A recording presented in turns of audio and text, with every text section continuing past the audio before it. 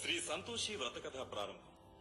చాలా కాలానికి పూర్వం చంపక దేశంలోని శోభానగరం అనే పెద్ద పట్టణంలో ఒక వృద్ధ స్త్రీ నివసించేది. ఆమెకు 7 కొడుకులు. ఆ 7లోనూ 6 ఏదో చక్కని పనుల్లోనూ ఉద్యోగాల్లోనూ ఉంటూ చక్కని ధన సంపాదన చేస్తూ ఉండగా 7వ వాడైన శ్రీకరుడు మాత్రం ఏ పని చేయకుండా సోమరిపోతై ఎర్రటి యగాని కూడా సంపాదన లేనివాడై ఉన్నాడు. అందువల్ల అతన్ని ఎవరూ గౌరవించేవారు కాదు. చివరకు కన్నతల్లి కూడా అతన్ని హీనంగా చూసేది. సంపాదించే కొడుకులకు షట్రసోపేతంగా రుచికరమైన భోజనాలు పెట్టి వారు తినగా మిగిలిపోయినవి తిని పారవేసినవి అయినటువంటి ఎంగిలి పదార్థాల్ని శ్రీకరునికి పెట్టేది. ఆ విధంగా శ్రీకరుడు ఎంగిలి చత్తికూడే ఆహారంగా బ్రతుకుతూ ఉన్నాడు. క్రమంగా అన్నదమ్ములు 7కి పెళ్లిళ్లయ్యాయి. పెద్దవాళ్ళు 6 వారి భార్యలతో హాయిగా కాలం గడుపుతూ ఉండగా సంపాదన లేనివాడు సోమరి అయినటువంటి శ్రీకరుడు మాత్రం ఎంగిలి తిండి తింటూ ఆ ఎంగిలి కూటినే భార్యకు అందిస్తూ బ్రతికేస్తూ ఉన్నాడు. ఆ ముసలి తల్లి చూపిస్తున్న పక్షపాతం అంతా శ్రీకరుని భార్య అయినటువంటి కళ్యాణి కనిపెట్టింది. ఒక రోజున శ్రీకరుడు తన తల్లికి తనపై గల ప్రేమను గురించి ఆమె తనకు పెట్టే ఆహారం గురించి గొప్పలు చెప్పుకోసాగాడు. అది విని కళ్యాణి ఉండబట్లేక, స్వామి, మీ తల్లిగారు మీకు ఎటువంటి ఆహారం పెడుతున్నారో తెలియక మీరు ఎలా మాట్లాడుతున్నారు గాని ఒకసారి చాటుగా కనిపెట్టి చూడండి, మీకే తెలుస్తుంది అని చెప్పింది. సరే చూస్తాను, నువ్వు చెప్పిన మాటల్లో తేడాగాని వస్తే ఏం చేస్తానో చూడు అంటూ భార్యను హెచ్చరించి శ్రీకరుడు తన తల్లి చేసే పనులన్నీ ఓ కంట కనిపెట్టసాగాడు. ఒక రోజున పెద్ద కొడుకులు 6 ధనార్జన చేసి ఇంటికి రాగానే ఈ ముసలావిడ వారందరికీ మధురమైన పిండి వంటలు మొదలైనవి చేసి పెట్టింది. అయితే శ్రీకరుడిని పిలవలేదు. శ్రీకరుడు చాటుగా ఉంటూ అంతా కనిపెడుతూ ఉండగా పెద్ద కొడుకులు కోడళ్లు మొత్తం 12 మంది భోజనాలు చేసి వెళ్లాక వాళ్ల విస్తరణలో పారేసిన పదార్థాలు ఏరి వేరే విస్తరణలో పెట్టింది ఈ ముసలావిడ. పిదప ఏమీ తెలియని దానిలాగా శ్రీకరుని గదికి వెళ్లి, నాయనా, నీ అన్నయ్యలు వదినలు భోజనాలు చేసి వెళ్లారు, ఇక నువ్వు మీ ఆవిడ మాత్రమే మిగిలారు, వచ్చి తినండి నాయనా అని పిలిచింది. శ్రీకరుడు విస్తర వద్దకు వెళ్లి అందులోని పదార్థాలన్నీ తన అన్నలు వదినలు తిని వదిలేసినవేనని ఎంగిలి వస్తువులని గుర్తుపెట్టాడు. తల్లి విషం పెడితే కొడుక్కు ఎంత బాధగా ఉంటుంది, అలాగే బాధపడ్డాడు. తనకు తన భార్యకు కూడా ఆ పూట ఆకలిగా లేదని చెప్పి వచ్చేశాడు. ఆ రాత్రి శ్రీకరుడు తన భార్య వద్ద చాలా బాధపడ్డాడు. కళ్యాణి అతన్ని ఓదార్చింది. ప్రాణేశ్వర, ధనం మూలం ఇదం జగత్ అన్నారు. డబ్బు లేకపోతే అందరూ ఇలాగే చూస్తారు. అన్నింటికీ మూలం డబ్బే. ఇదే మీరు సంపాదన పరులైతే మన పరిస్థితి మరోలా ఉండేది అని హితవు చెప్పింది. భార్య మాటలు శ్రీకరునికి నచ్చాయి. తక్షణమే ధనార్జన నిమిత్తమై కృషి చేయాలనుకున్నాడు. మర్నాడు ఉదయం తల్లి దగ్గరకు వెళ్లి, అమ్మా, డబ్బు సంపాదించడం కోసం పరాయి దేశాలకు వెళ్లాలని ఉంది అన్నాడు. చాలా మంచిది నాయనా, వెంటనే వెళ్లిపో, ఒక పూట తిండైనా తప్పుతుంది అంది. శ్రీకరుడు మళ్లా భార్యను చేరాడు. అప్పుడు ఆమె పిడకలు చేయడానికి పెరట్లో పేడ నలుపుతోంది. నేను వచ్చేదాకా నువ్వు ఇక్కడే జాగ్రత్తగా కాలం గడుపుకో అని చెప్పి తన చేతినున్న ఉంగరం ఆమె చేతికిచ్చి, నా గుర్తుగా ఇది నీ దగ్గర ఉంచుకో అని చెప్పి, మరి నీ గుర్తుగా నాకేమైనా ఇస్తావా అని అడిగాడు. అందుకు కళ్యాణి, ప్రాణేశ్వర, మీకు ఇచ్చేందుకు నా దగ్గర ఏమీ మిగలలేదు. అయినా కూడా ప్రేమగా అడిగారు కాబట్టి కోపగించుకోకండి అంటూ పేడ కలుపుతూ ఉన్న తన చేతిని అతని వస్త్రంపై గుర్తుగా వేసింది. కాని అతడు అది పేడ అని భావించకుండా ఆమె ప్రేమను అర్థం చేసుకుని సంతోషంగా పరాయి దేశాలకు ప్రయాణమయ్యాడు. కొన్నాళ్ళకతడు ఒక పరాయి దేశానికి చేరి అందొక పట్టణానికి వెళ్లి ఒక వ్యాపారిని కలుసుకుని తనకేదైనా ఉద్యోగాన్ని ఇప్పించమని ప్రాధేయపడ్డాడు. అతని ప్రార్థనకు ఆ వ్యాపారి మనసు కరిగి, జాగ్రత్తగా ఉండాలి సుమా అని హెచ్చరించి శ్రీకరునికి తన వద్ద ఉద్యోగాన్నిచ్చాడు. శ్రీకరుడు ఉద్యోగంలో చేరి ఎంతో నమ్మకంగా పనిచేసాగాడు. అతని పనితనానికి విశ్వాస పాత్రతకు మెచ్చుకున్న వ్యాపారి శ్రీకరునికి తన వ్యాపారంలో కొంచెం వాటా కూడా ఇచ్చాడు. శ్రీకరుడు ఇంకా కష్టించి పనిచేసి వ్యాపారాన్ని లక్షల్లోకి పెంచసాగాడు. అలా 12 సంవత్సరాలు గడిచిపోయాయి. వ్యాపారి వృద్ధులేని కారణంగా తన వాటా ధనాన్ని మాత్రం తాను తీసుకుని తక్కిన వ్యాపారాన్నంతా శ్రీకరునికే అప్పగించి అతడు విశ్రాంతి తీసుకోసాగాడు. ఇప్పుడు శ్రీకరుడు స్వతంత్ర వ్యాపారుడయ్యాడు. అపరిమితమైనటువంటి ధనంతో సుఖంగా కాలం గడుపుతూ ఉన్నాడు. ఇక్కడ అత్తవారి ఇంటి వద్దనున్న కళ్యాణికి నానాటికి బాధలు పెరిగిపోసాగాయి. అత్తగారామెను కోడండ్రకం పెట్టి విపరీతమైన కష్టాల పాలు చేసాగింది. కళ్యాణి చేతనే ఇంటి పనంతా చేయించుకుంటూ సరిగ్గా అన్నం కూడా పెట్టేది కాదు. అందువలన కళ్యాణి అడవికి పోయి కట్టెలు ఏరి అవి అమ్ముకుని వచ్చిన దాంతో జీవనాధారం గడుపుకోసాగింది. ధనార్జనకై వెళ్లిన తన భర్త ఎప్పుడు వస్తాడా, తన కష్టాలు ఎప్పుడు తీరుతాయా అని ఆమె ఎంతగానో ఎదురు చూడసాగింది. ఇలా ఉండగా ఒకనాడు కళ్యాణి కట్టెలు కొట్టుకుని తలపై పెట్టుకుని వస్తుండగా మధ్యలో ఆమెకు దాహం వేసింది. చేరు గ్రామం వచ్చే వరకు కూడా ఎలాగో ఓపిక తెచ్చుకుని అలాగే గ్రామంలోకి రాగానే ఒకరి ఇంటి వద్దకు వెళ్లి మంచినీళ్లు అడగబోయింది. ఆ సమయంలో ఆ ఇంటి వారంతా కూడా సంతోషమాత వ్రతం చేసుకుంటూ ఉన్నారు. ఆ వ్రత మహిమను చూస్తూ కళ్యాణి దాహం అన్న మాటని మర్చిపోసాగింది. అలాగే పూజ అంతా కూడా చూసి చివరిలో కథ విని ప్రసాదాన్ని తీసుకుంది. తనకు కూడా ఆ వ్రతం చెయ్యాలి అనే కోరిక పుట్టింది. అందుచేత ఆ వ్రత విధానం అంతా కూడా ఆ ఇంటి వారిని అడిగి తెలుసుకుంది. అందుకు ఆ ఇల్లాలు కళ్యాణిని చూసి, సౌభాగ్యవతి, ఇది సంతోషమాత వ్రతం. దీన్ని ప్రతి శుక్రవారం నాడు శ్రద్ధాభక్తులతో చెయ్యాలి. అలా 40 శుక్రవారాలు చేసి 40వ శుక్రవారం నాడు ఉద్యాపన చేసుకున్నట్లయితే ఆ అమ్మవారి అనుగ్రహం వలన కోరిన కోరికలన్నీ తీరి నిత్య సంతోషంతో జీవించగలుగుతావు. ఈ వ్రతం చేసేవారు శుక్రవారం నాడు పులుపు పదార్థాలను మాత్రం తినకూడదు అంటూ నియమాలను, ఉద్యాపన విధానాన్ని తెలిపింది. కళ్యాణి ఆ విషయాలన్నీ కూడా పూర్తిగా అర్థం చేసుకుని మనసులోని అమ్మవారిని పలుమార్లు ప్రార్థించి కట్టెల మోపు తలపై పెట్టుకుని గృహోన్ముఖురాలైంది. దారిలో ఒక ధనవంతురాలు ఆమెను పిలిచి, నీవు కోరిన ధనం ఇస్తాను, ఆ కట్టెల మోపు మాకు అమ్ముతావా అని అడిగింది. సరేనని కళ్యాణి ఆ కట్టెల మోపును ఆ కలవారికి అమ్మి డబ్బులు తీసుకుంది. తలుచుకోవడమే ఆలస్యంగా ఆ తల్లి తనను ఈ రూపంగా అనుగ్రహించి కట్టెలు అమ్మించింది అని భావించి కళ్యాణి ఆ డబ్బుతోనే ఆ రోజే సంతోషమాత వ్రతం చెయ్యాలి అని నిశ్చయించుకుంది. తక్షణమే బజారుకు వెళ్లి కావలసిన వస్తువులు కొనుక్కుని బయలుదేరింది. దారిలో ఆమెకొక దేవాలయం తారసపడింది. ఆ ఆలయం ఏ దైవానిది అని అడుగ్గా అక్కడి వారు అది సంతోషమాత గుడి అని చెప్పారు. ఆ మాట విన్న వెంటనే కళ్యాణి అంతులేని ఆనందంతో ఆ గుడిలోనికి వెళ్లి అమ్మవారి దర్శనం చేసుకుని అనేక రకాలుగా ప్రార్థించి తాను తెచ్చిన పదార్థాలన్నీ కూడా ఆమెకు నివేదించి ప్రసాదం పుచ్చుకుని ఇంటికి వెళ్ళింది. అది మొదలు ఆమె ఎంతో నియమంగా ప్రతి శుక్రవారం నాడు కూడా సంతోషమాతను పూజిస్తూ వ్రత నియమాలను తూచా తప్పకుండా పాటిస్తూ కాలం గడపసాగింది. ఇలా కొన్ని రోజులు గడువుగా ఒక శుక్రవారం నాటి రాత్రి సంతోషమాత కళ్యాణికి కలలో కనిపించి, అమ్మాయి, ఇదిగో నీ భర్త చిరునామా గల కాగితం అని ఆమెకిచ్చింది. కళ్యాణికి మెలకువ వచ్చి చూడగా కలలో అమ్మవారిచ్చిన చిరునామా కాగితం తన ప్రక్కలోనే పడి ఉన్నది. దానికి ఆమె ఆశ్చర్యపడి అమ్మవారి దయకు, మహత్యానికి ఎంతో ఆనందపడి దేవి ఆజ్ఞ ప్రకారం ఆ చిరునామాకు తన భర్తకు ఉత్తరం రాసింది. అలా కళ్యాణి ఉత్తరం రాసిన అనతి కాలానికే శ్రీకర్ణి వద్ద నుంచి ఆమెకు కొంచెం ధనం, ఉత్తరం కూడా వచ్చాయి. భర్త నుండి జాబు రావడంతోడనే తన కష్టాలు గట్టెక్కిపోయాయని కళ్యాణి ఎంతగానో ఆనందించింది. ఇదిలా ఉండగా తన కడగొట్టుకోవడలైనటువంటి కళ్యాణికి ఎక్కడి నుంచో డబ్బులు, ఉత్తరాలు వస్తున్నాయి అన్న సంగతి అత్తగారైనటువంటి ముసలమ్మకు తెలిసిపోయింది. వెంటనే ఆమె తన పెద్ద కోడళ్లతో కూడబలుక్కుని అవి ఎక్కడి నుంచి వస్తున్నాయో ఆరా తీయమని పిల్లల్ని పంపించారు. పిల్లలు కళ్యాణి వద్దకు వెళ్లి, పిన్ని, నీకు డబ్బులు, ఉత్తరాలు ఎక్కడి నుంచి వస్తున్నాయి అని అడుగ్గా కళ్యాణి మీ బాబాయ్ దగ్గర నుంచి వస్తున్నాయి అని నిజం చెప్పింది. అమాయకులైన ఆ పిల్లలు ఆనందంగా తల్లుల వద్దకు, బామ్మ దగ్గరకు వెళ్లి కళ్యాణి చెప్పిన సంగతిని చెప్పారు. పిల్లల అల్లరి, ఆనందం చూశాక తనకు కూడా బిడ్డలు కలిగితే బాగుండును కదా అనుకుంది కళ్యాణి. ఒకనాడు గుడికి వెళ్లి అమ్మవారి దర్శనం చేసుకుని, నన్ను కటిక దరిద్రం నుంచి తప్పించావు తల్లి, నీ దయ వల్ల సుఖంగానే ఉన్నాను. కాని స్త్రీకి మాతృత్వమే కదా ప్రధానమైనది. కానీ నాకు పిల్లలు లేరు. కావున తల్లి, నన్ను నా భర్త చెంతకు చేర్చు, మా కాపురం నిలబెట్టు, నా కడుపు పండేలా చేయి తల్లి అని మరీ మరీ ప్రార్థించింది కళ్యాణి. ఆ భక్తురాలి ధర్మబద్ధమైన కోరికను తీర్చనించిన సంతోషమాత ఒకనాటి రాత్రి శ్రీకరునకు బ్రాహ్మణ ముత్తైదవ వేషంలో కలలో కనిపించి, ఓ శ్రీకరుడా, నీవు వివాహితుడివని భార్యను నీ గ్రామంలో విడిచి వచ్చావన్న సంగతి మర్చిపోయి ఇక్కడ ధన సంపాదన ఒక్కటే జీవిత ధ్యేయంగా కాలం గడుపుతున్నావే. ఇలా అయితే పెండ్లి చేసుకుని ఏల లాభం? నీ చెంతనే ఉండాలని, చిలకా గోరింకల్లా కాపురం చేయాలని ఆ పిల్లకి మాత్రం ఉండదా? కాబట్టి నాయనా, నీవు సత్వరమే నీ గ్రామానికి వెళ్ళు. ఆమెను కూడి సుఖంగా సంసారం చేసుకో. నేను చెప్పినట్లు చేయకుండా నా మాటను తృణీకరించిన పక్షంలో నా ఆగ్రహానికి గురవుతావు సుమా అని హెచ్చరించింది. దాంతో శ్రీకరుడు ఉలిక్కిపడి నిద్రలేచి కలలో కనిపించిందెవరో దేవత అని భావించి చేతులు జోడించి అమ్మవారిని ప్రార్థించి, తల్లి, అన్నీ తెలిసిన అమ్మవు, నా కష్టాలు మాత్రం నీవు ఎరుగవా తల్లి? నా వ్యాపారంలో ఏర్పడిన ఇబ్బందుల వల్ల ఇంతకాలంగా కాలు కదపలేకపోతూ ఉన్నాను.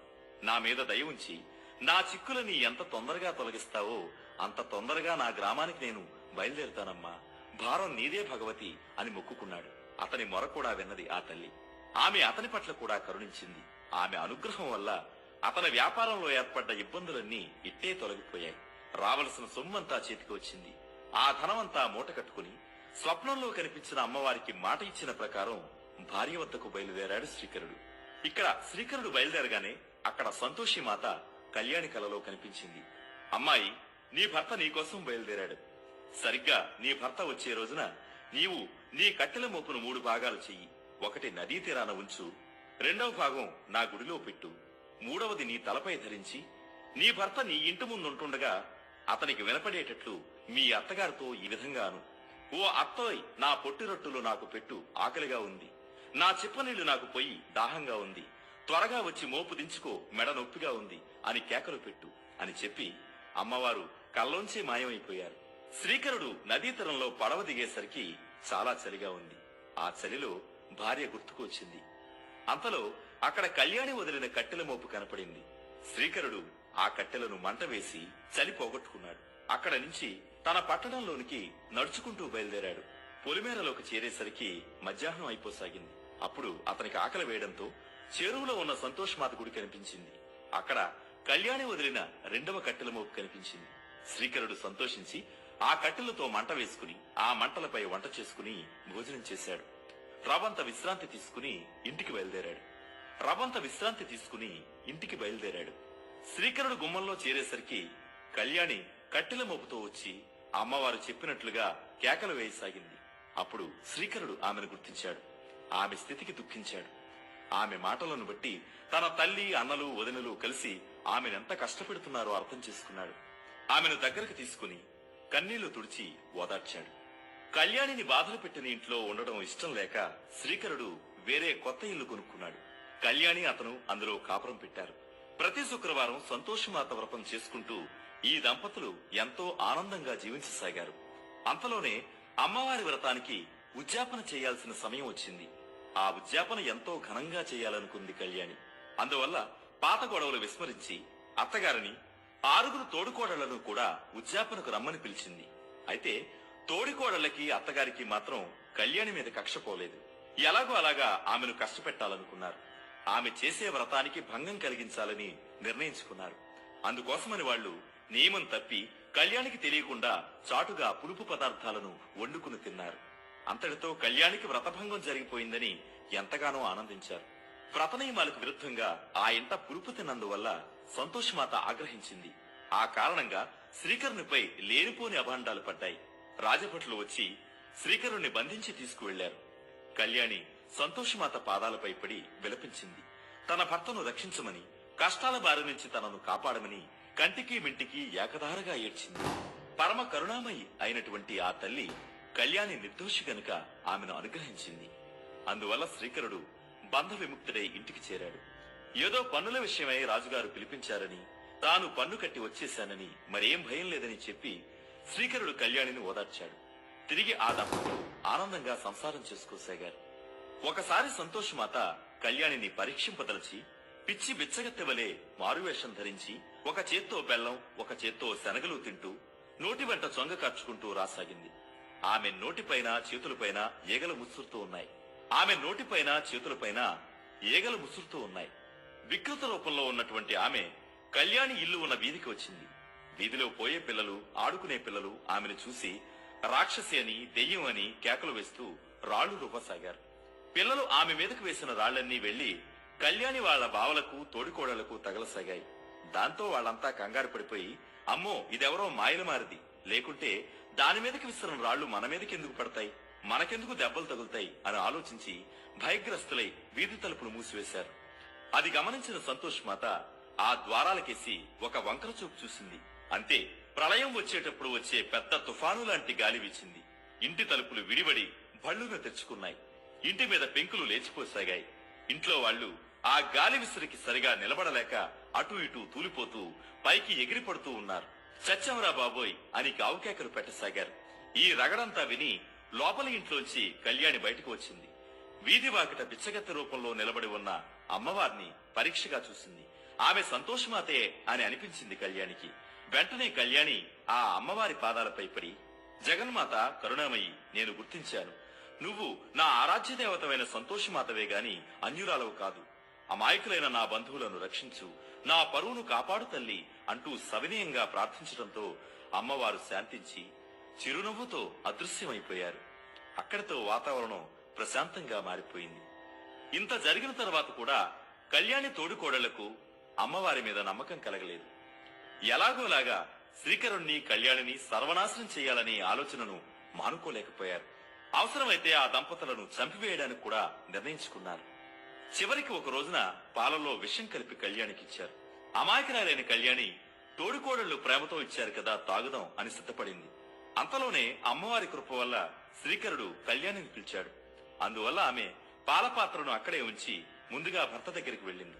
అదే సమయంలో అటుగా వచ్చిన శ్రీకరుడి అన్న కొడుకు ఒకడు ఆకలిగా ఉండి కళ్యాణి త్రాగకుండా అట్టే పెట్టిన పాత్రను అందుకుని ఆ పాలన్నీ గబగబా తాగేశాడు. త్రాగటం ఆలస్యం గావు కేకలు పెడుతూ నేలపై పడి ప్రాణాలు వదిలిపెట్టాడు. కుర్రవాడి ఆర్తనాదాలు విని అతని తల్లి అక్కడికి పరుగు పరుగునొచ్చింది. పాలపాత్రని కొడుకు శవాన్ని చూసి జరిగింది ఊహించింది. వెంటనే కళ్యాణి పాలల్లో విషం కలిపి తన కొడుకుని చంపివేసింది అంటూ ఊరువాడా వినపడేలా అరుస్తూ కొడుకు శవం మీద పడి ఏడవసాగింది. అది విని ప్రజలందరూ కళ్యాణి శ్రీకర్లను నానా మాటలు అనసాగారు. హఠాత్తుగా మీద పడిన ఈ హత్యా నేరానికి అపనిందకి ఆ దంపతులు ఎంతగానో పరితపించారు. అయినా సరే అన్నింటికీ ఆ తల్లే ఉంది అన్న ధైర్యంతో మనసారా ఆ తల్లినే స్మరించసాగారు. భక్తులను రక్షించడంలో భార్గవని మించిన వారు లేరు కదా. తన భక్తులు కంటతడి పెడితే ఆ తల్లి భరించదు. అమ్మవారు వెంటనే కరుణించారు. విషాపానం వల్ల మరణించిన బిడ్డను బ్రతికించారు. ఆ కుర్రవాడు నిద్ర లేచినట్లుగా లేచి కూర్చున్నాడు. అంతా కలిసి కళ్యాణిని శ్రీకరుణ్ణి తిట్టడం విన్న ఆ పసికందు, అమ్మా, పిన్నిని బాబాయిని తిట్టకండి. ఆకలిగా ఉండి ఆ పాలు నాకు నేనే స్వయంగా తాగాను, అంతేగాని పిన్ని నాకివ్వలేదు అంటూ చెప్పాడు. అంతటితో కళ్యాణి శ్రీకరులు నిర్దోషులు అని తేలిపోయింది. అయితే కళ్యాణి కోసం పెట్టిన పాలల్లో విషం ఎవరు కలిపారు అన్నది ఆలోచించారు. దాంతో విషం కలిపిన తోటికోడలు తన రహస్యం దాగదని గుర్తించి తక్షణమే కళ్యాణి కాళ్ల మీద పడి క్షమాపణ కోరుకుంది. లెంపలు వేసుకుంది. ఇంకా ఎప్పుడూ ఇటువంటి తప్పిదాలు చేయనని పదే పదే ప్రార్థించింది. భగవతి ఎంత కరుణామూర్తో ఆమె భక్తులు కూడా అలాగే సుతిమెత్తని మనస్సు కలవారై ఉంటారు. అందువల్ల కళ్యాణి తన తోడికోడల్ని క్షమించింది. నేను క్షమించినంత మాత్రాన ఏం లాభం, అంతా ఆ అమ్మవారి చలవే, వెళ్లి ఆ సంతోషమాతను క్షమాపణ వేడుకోండి అని కూడా చెప్పింది. అందరూ కలిసి ఆ తల్లిని ప్రార్థించారు. జై సంతోషమాత, జై జై సంతోషమాత అంటూ ఆమెను స్తోత్రం చేశారు. ఆనాటి నుంచి అందరూ కూడా కలిసిమెలిసి ఉంటూ వచ్చారు.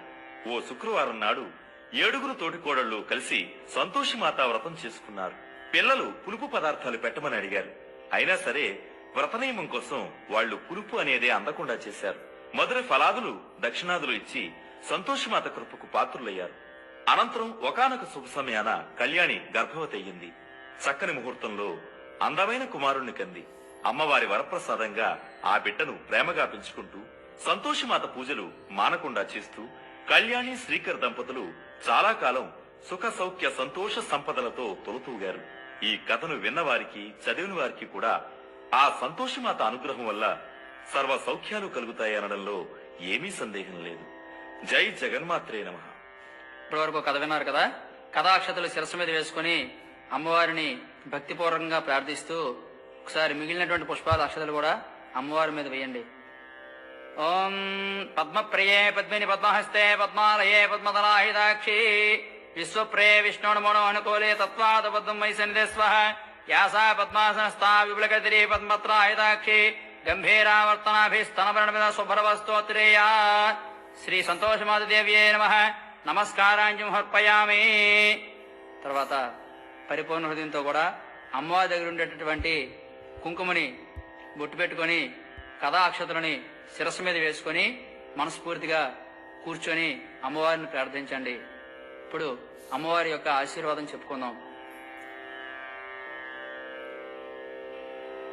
ఓం గణానాహం తవా గణపతిగం హవామహే కవిం కవీనాపుమస్త్రమస్తవం జ్యేష్ఠరాజం బ్రహ్మణాం బ్రహ్మణస్పద ఆన శృణ్వన్నోదభిస్యేదశాదనం శ్రీ మహాగణాధిపతయే నమః.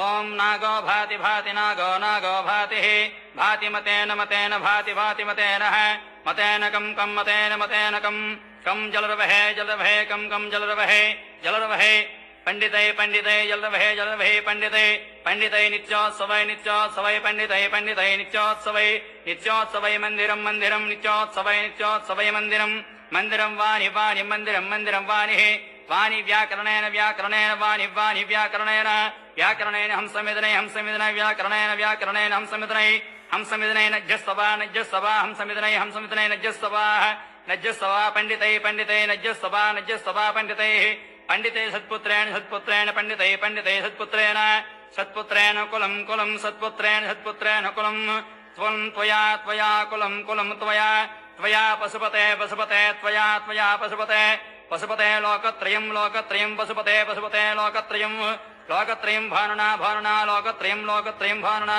భానునా ఇది భానునా పశ్యతి పుత్రం పశ్యతి పౌత్రం శతమానం భవతి శతాయు పురుష శతేంద్రియే ఆయుష్యేంద్రియే ప్రజతిష్టతి అగ్నిర్భవ శుచిర్భవ ఆదిత్యాదితేజో భవ ఇష్టమస్త్రీమాన్ భవ బ్రహ్మాయుర్భవ ధాన్యం ధనం పశుం బహుపుత్రలాభం శత సంవత్సరం హితం దీర్ఘమాయు శ్రీ సంతోషమాత దేవ్యే నమః పరిపూర్ణ అనుగ్రహ సిద్ధిరస్తు సహనా భవతు సహనౌ భునక్తు సహ వీర్యం కరవావహే తేజస్వినావధీతమస్తు మా విద్విషావహే ఓం శాంతి శాంతి శాంతి హరి ఓం తత్సత్